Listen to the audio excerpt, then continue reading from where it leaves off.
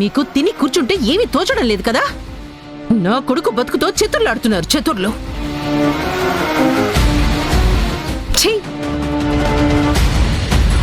రే ధీరజ్, ఇలాంటి పనికి మళ్ళీ మాటలు ఎందుకులే గాని నువ్వేదో అర్జెంట్ పని మీద బయటికి వెళ్తున్నావు కదా, వెళ్ళరా వెళ్ళు.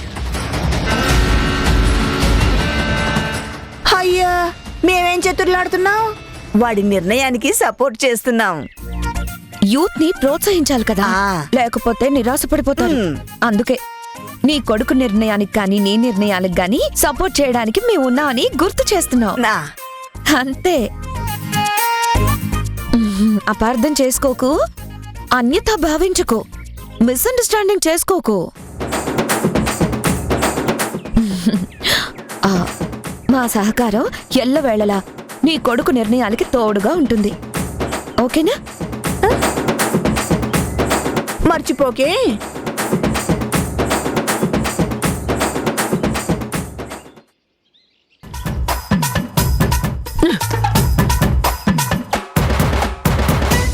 శక్తి, నీకు ముందే చెప్పాను కదా, సాధ్యమైనంత తొందరగా తట్టబుట్ట సర్దుకొని ఆ చండాలమైన వీడియో డిలీట్ చేసి ఆనవాళ్లు లేకుండా దాన్ని మాయం చేసి ఇక నుంచి వెళ్ళిపోవడం బెటరు. లేదంటే ఎప్పుడోకప్పుడు అన్నంత పని చేసేస్తారు. బ్రతికుంటే బలిసాకో ఏదో ఆకు తినొచ్చు, అది తిని వైజాగ్ వీధుల్లో అడుక్కోవడం బెటర్. ఏమంటావ్? నిన్ను అంతా నీలాంటి వాళ్ళ సావసం వల్లే. నీలాంటి వాళ్ళు నా వెనకాల తిరుగుతుండబట్టే దరిద్రం నన్ను వదిలి వెళ్ళడం లేదు. శనిదేవత నీడలాగా వెంటాడుతున్నట్టుంది. అందుకే ప్రతి ప్రయత్నంలోనూ ఓడిపోతూనే ఉన్నాను. నువ్వు ఇప్పటికైనా నాకు సపోర్ట్ చేస్తూ ఎంకరేజ్ చేయడం నేర్చుకో సౌమ్య. లేకపోతే మాకంటే ముందే నువ్వు నాశనం అయిపోతావు. జాగ్రత్త.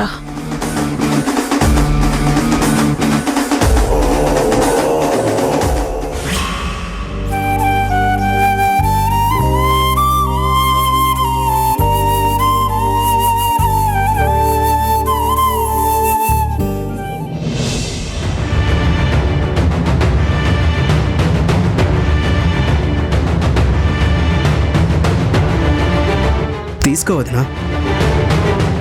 అసలు మీరెవరు? ఈ గొడుగు పట్టడం ఏంటి? కొబ్బరి బొండం తెచ్చివ్వడం ఏంటి? పైగా వదినా అంటున్నారేంటి? నేను మీకు వదినేంటి? అదేంటి వదినా అలా మాట్లాడుతున్నారు? మీరు మమ్మల్ని గుర్తుపట్టలేదా? చూసి చాలా రోజులైంది కదా, మర్చిపోయి ఉంటారులే. మేం కేశవన్న ఫ్రెండ్స్. అన్న మాకు అన్న అయినప్పుడు అన్నని పెళ్లి చేసుకున్న మీరు మాకు వదిలే కదా అయ్యేది. ఏయ్, పిచ్చి పిచ్చిగా మాట్లాడుతున్నారు. మీ వరుసలు చాలు, మీ మర్యాదలు చాలు. వెళ్ళిపోండి ఇక్కడి నుంచి. ఎందుకొద్దిన అంత కోపడుతున్నావు? మీరిలా ఎండన నడుస్తుంటే అన్న ఫ్రెండ్స్గా మాకెంత బాధ ఉంటుంది చెప్పండి. ఈ విషయం అన్నకి తెలిస్తే ఊరుకుంటాడా? మా మెడకాయ మీద తలకాయ లేకుండా చేస్తాడు. పోనీ గొడుగు పట్టుకోవడం ఇష్టం లేకపోతే కనీసం ఆటో అయినా పిలుస్తాను, ఎక్కండి. చూడండి, మీరు నాకు సలహాలు ఇవ్వాల్సిన అవసరం లేదు. ఏంట్రా కర్మిది? భగవంతుడా అని నాలో నేను నలిగి చేస్తుంటే, నా బాధ నేను పడుతుంటే మధ్యలో మీరేంటిలా వదినా అనుకుంటూ పక్కన చేరి మర్యాదలు చేస్తున్నారు? పెళ్ళైతే జరిగింది కదా వదినా. ఏయ్, వదినా వదినా అని పిలిచారంటే కూప పగులుతుంది. అసలు నా వెంట పడ్డారేంటి? పొమ్మని చెప్తుంటే మీకు అర్థం కావడం లేదా? వెళ్ళండి.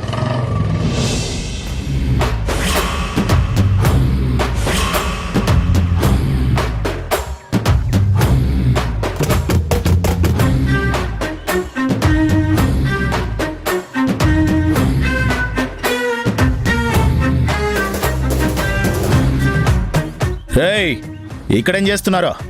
అయినా ఆవిడతో మీకేం పడరా? ఏం మాట్లాడుతున్నారో? వదినని బాగా చూసుకుంటున్నామన్నా. ఎండలో పడి నడిచొస్తుంటే ఇదిగో నేనేమో కొబ్బరి బొండం పట్టుకొచ్చాను, వీడేమో గొడుగు పట్టుకొచ్చాడు. ఎంతైనా వదిన కదన్నా. మేం మంచిగా చూసుకోకపోతే తర్వాత మా మీద కేకలు వేస్తావు కదన్నా.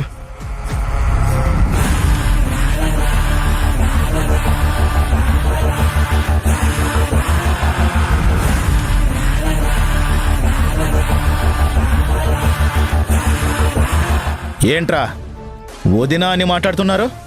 నేనేమైనా కావాలని కోరుకుని ఇష్టపడి తన మెడలో తాళి కట్టానా? మోసపోయాను. బోల్తా కొట్టించి మరీ తాళి కట్టించుకుంది. ఆహా, నువ్వు పెద్ద హీరోవి. నిన్ను నేను ప్రేమించి నీ మీద ఇష్టంతో ముసుగేసుకొని మోసం చేసి నీతో తాళి కట్టించుకున్నా. నీలాంటి దుర్మార్గుడి చేతిలో అబ్బం శుభం తెలియని ఒక అమ్మాయి జీవితం నాశనం కాకూడదని నేను ఆ ప్లేస్లోకి వచ్చి తనని కాపాడి నా బతుకు నాశనం చేసుకున్నాను. ఏయ్, బలయ్యా బలయ్యా అని మాట్లాడుతున్నావు. నీ బతుకు కాదు, నా బతుకు నాశనం చేశావు. మీరంతా కూడబలుక్కొని నన్ను మెంటల్లోని చేశారు. బకరాని చేయడానికి నేనే దొరికానే మీకు? అస్సలు జరిగిన దాన్ని పెళ్ళని నేననుకోవట్లేదు, దరిద్రం అనుకుంటున్నాను. అన్నా, ఉదిన్నలా తిట్టకన్నా. మరీ రోడ్డు మీద నలుగురు చూస్తే ఏమనుకుంటారు? రాయ్, మళ్ళీ వదిన గిదిన అన్నావంటే మాడు పగిలిపోతుంది. ఇంకొకసారి వీడిని వరుస పెట్టి పిలిచినా నాకు పెళ్ళామని అన్నా మీకు మామూలుగా ఉండదు. రాయ్, చిచ్చి, రోడ్డు మీద ఈ న్యూసెన్స్ ఏంటి? వెళ్ళు వెళ్ళు. ఇప్పుడు కాలేజీకి వెళ్ళు. తరువాత నా లైఫ్లో నుంచి వెళ్ళిపో. పలానైనా నా మెడలో తాళి కట్టాడని ఎక్కడా ఎవరికీ చెప్పకు. నేను తల దించుకోవాల్సి వస్తుంది. ఇక చెప్పుకోక నీ గురించి చెప్పుకోవాలి. నువ్వు నాకు తాళి కట్టావని చెప్పుకోవడం కంటే ఏ బండి కిందైనా పడి చావడం నయం. ఛీ!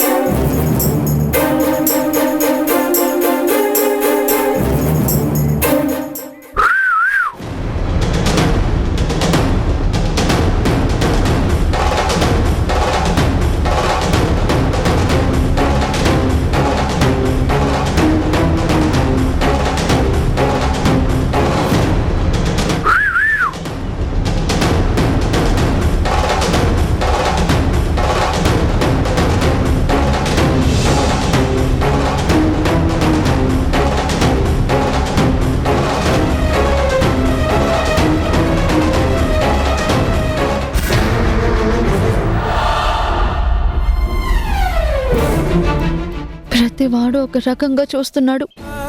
ఇంతకు ముందు ధైర్యంగా ఏంటి అని ప్రశ్నించేదాన్ని. ఇప్పుడు అడగడానికి నోరు పెకలట్లేదు. వీడియో చూసిన దగ్గర నుంచి ధైర్యం చచ్చిపోయింది. అందరికీ భయపడి జీవోత్సవం వల్ల బ్రతకాల్సి వస్తా ఉంది.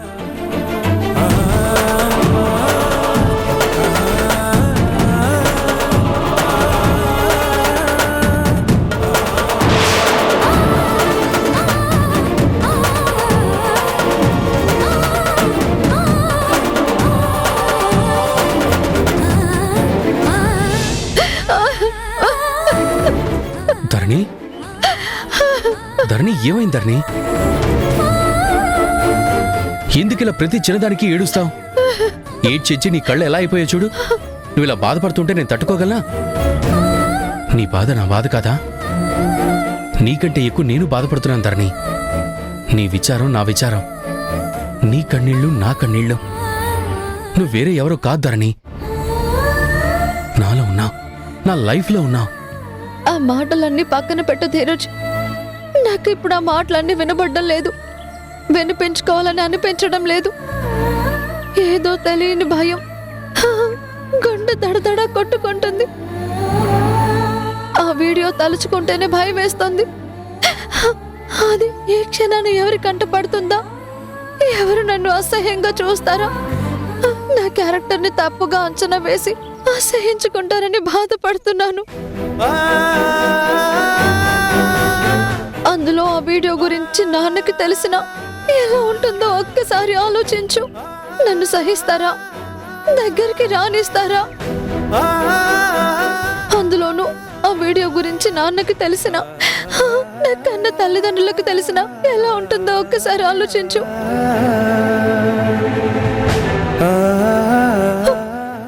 నన్ను సహిస్తారా? దగ్గరికి రానిస్తారా? పెంచిన నాన్నైనా కన్న తల్లిదండ్రులైనా నరికి పోగులేస్తారు. ఎలా జరిగింది, ఎందుకు జరిగిందని ఎవరు ఆలోచించరు. అప్పుడు దానిగా నిర్ణయం తీసుకొని దోషిగా చూస్తారు. నా వల్ల వాళ్ళకి అప్రతిష్ట అని భావిస్తారు. వాళ్ళు అసహించుకున్న తర్వాత ఇంకా నా లైఫ్ ఎందుకు, నేను బతికి వేస్ట్.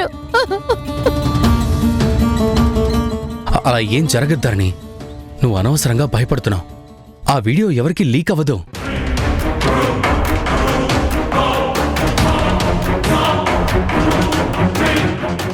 లీక్ అవ్వదా? నువ్వెలా అంత కాన్ఫిడెంట్ గా చెప్తున్నావు? ఎవరో తెలియని వ్యక్తి పర్సనల్ వీడియో తీస్తే బ్లాక్మెయిల్ చేస్తారు కదా. అక్కడి నుంచి ఎలాంటి డిమాండ్ లేదు. బ్లాక్మెయిల్ చేయట్లేదంటే నాకేదో డౌట్ గానే ఉంది.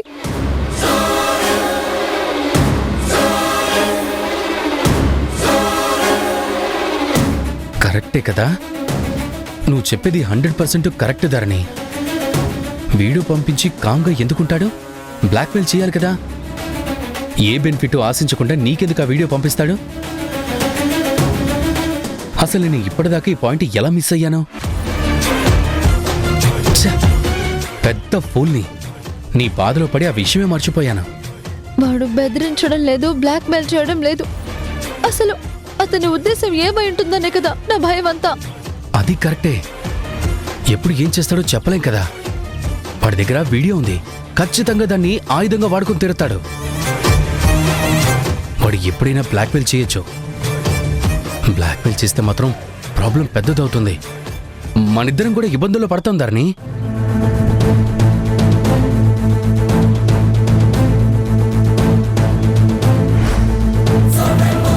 నా బాధ కూడా అదే కదా. నేను టెన్షన్ పడి చచ్చేది అందుకే కదా. అసలు వాడు ఏం ప్లాన్ చేస్తాడో, ఎలా వాడి డిమాండ్ నుంచి బయటపడాలో, వాడి కోరిక తీర్చగలిగేది కాకపోతే అప్పుడు చావు తప్ప మరో మార్గం ఏముంటుంది? మళ్ళీ ఆ మాటే మాట్లాడతావేంటి ధరణి? నువ్వు చస్తే వాడికే వస్తుంది చెప్పు. ఏమొస్తుందో ఏంటో, నాకు మాత్రం కాళ్ళు చేతులు ఆడడం లేదు. ప్రతి క్షణం గుండె 100కు పైనే కొట్టుకుంటుంది. పగలు రాత్రి అదే ఆలోచన.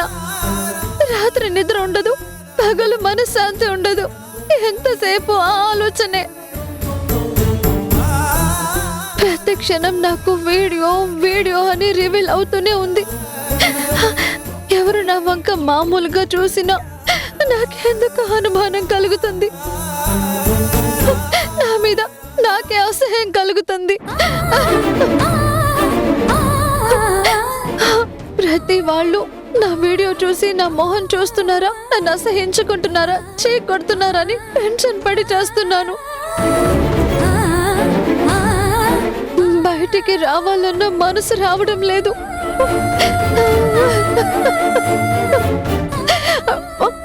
వచ్చిన తలెత్తి ఎవరి వంక చూడలేకపోతున్నాను.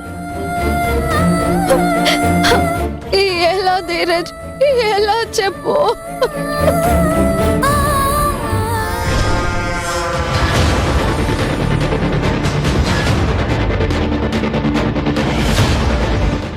అందుకే చెప్తున్నాను ధరణి, మనిద్దరం పెళ్లి చేసుకోవాలి. నేను మీ ఇంట్లో అడగమని చెప్పాను కదా, అడిగావా? మీ నాన్నతో మాట్లాడావా? ఎలా మొదలు పెట్టాలో, ఎలా అడగాలో నాకు అర్థం కావడం లేదు. ఇలా అని చెబితే ఆయన ఆవేశంలో ఏ క్షణం ఏం చేస్తారో ఏం తెలియదు. అందుకే ఏం చెప్పలేకపోతున్నాను. ఈ విషయం నెగ్లెక్ట్ చేయకూడదు ధరణి. ఎలాగోలా ధైర్యం కూడగట్టుకొని మెల్లగా మీ నాన్నతో మాట్లాడు. నేను మా అమ్మకి చెప్పాను. మా అమ్మ మన పెళ్లికి ఎలాంటి అబ్జెక్షన్ చెప్పలేదు, ఓకేనే చెప్పింది. వీడియో విషయం కూడా చెప్పావా? చచ్చా, అలాంటి విషయాలు బయట పెట్టడానికి నేనేమన్నా పిచ్చోనా? నేను నిన్ను పెళ్లి చేసుకుంటానని, నువ్వు లేకపోతే బతకలేనని చెప్పాను. నీకిష్టమైతే నాకు ఇష్టమేరా అని చెప్పింది. సో త్వరగా మీ ఇంట్లో వాళ్ళతో మాట్లాడు. మా అమ్మ అయితే ఒప్పుకుంది, ఇక మీ నాన్న ఒక్కడే కదా, ఆయన నొప్పిస్తే ఈ పెళ్లి జరిగిపోతుంది. అప్పుడు ఈ వీడియోలకు వాటికి భయపడాల్సిన అవసరమే లేదు.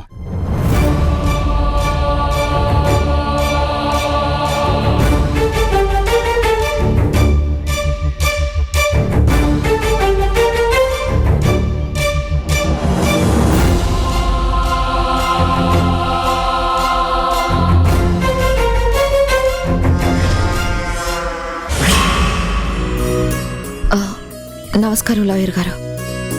నమస్కారం జనని గారు, కూర్చోండి.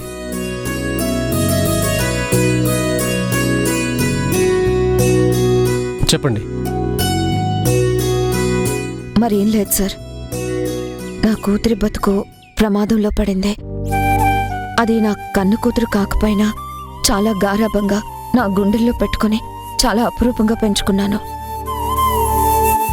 దాని కన్న తండ్రే నా కూతురు గొంతు కోసాడు. గొంతు కోయడం ఏంటి? ఓ అనాకాని వెధవకి ఒక పనికిరాని దరిద్రుడికిచ్చి పెళ్లి చేశాడు. అలా ఎలా అమ్మాయి ఒప్పుకుంది? ఒప్పుకోలేదు సార్. నా కన్ను కూతుర్ని రక్షించబోయి దాని జీవితాన్ని త్యాగం చేసింది.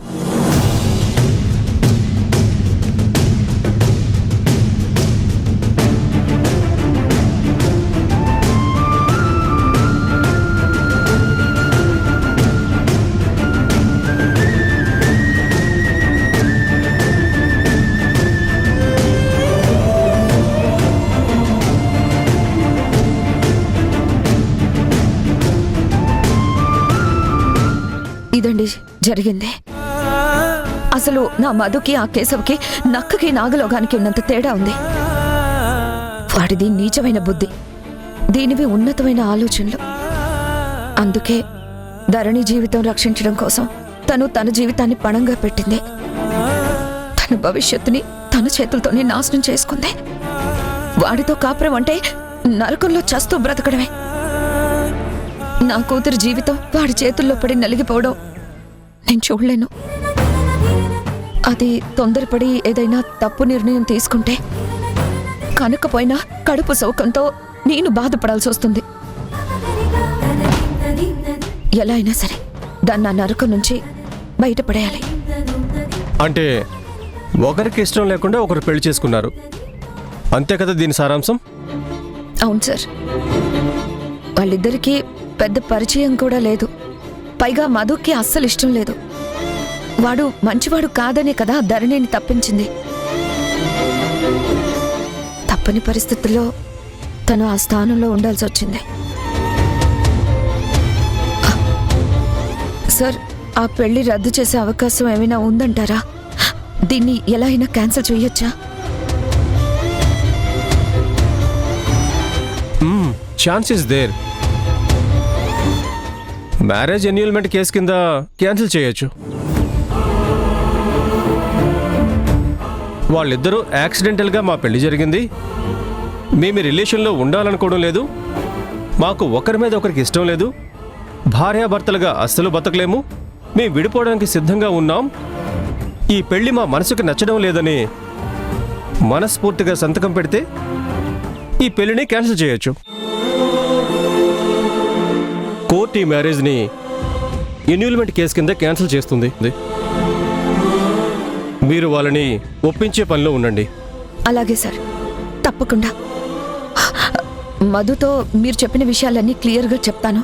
దాని ఫ్యూచర్ కాపాడుకోవడానికి దానికి ఇదో గొప్ప అవకాశం అని నచ్చ చెప్తాను. నేను మెల్లగా అయినా సరే దాన్ని ఒప్పిస్తాను, డెఫినెట్గా ఒప్పిస్తాను.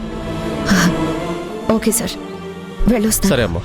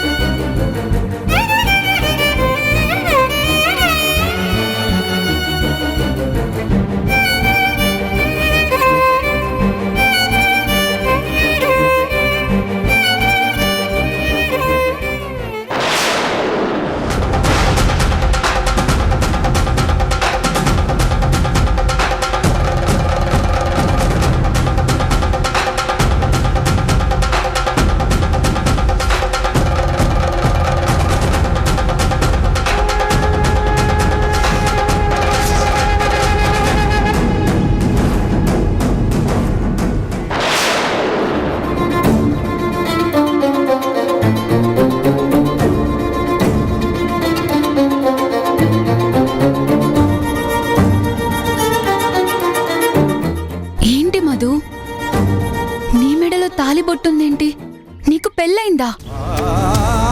కర్మ కాలింది, నా ఫ్యూచర్ తగలబడింది, నా బతుకు నాశనమైంది.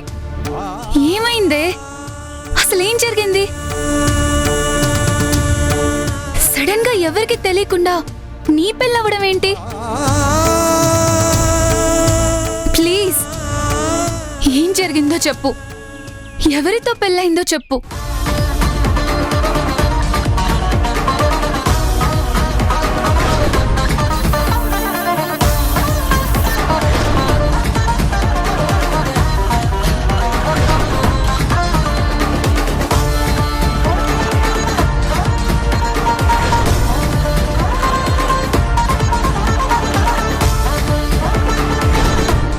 ఏంటి మధు, అలాంటి నిర్ణయం ఎందుకు తీసుకున్నావు? ఎందుకు అలాంటి పిచ్చి పని చేసి ఇప్పుడు కర్మ కాలింది, భవిష్యత్తు నాశనమైంది, బతుకు బూడిదైందంటున్నావు? అరే, ధరణి పెళ్ళి ఆపడానికి ఈ దారి తప్ప నీకు మరో దారి దొరకలేదా? నువ్వు నరకం అనుభవిస్తూ మమ్మల్ని అందరినీ నరకంలోకి తోసిందని అవుతావు. ఈసారి నా నిర్ణయానికి భిన్నంగా గనక జరిగితే నాననేవాడు నీకు ఉండడని మాత్రం గుర్తుంచుకో.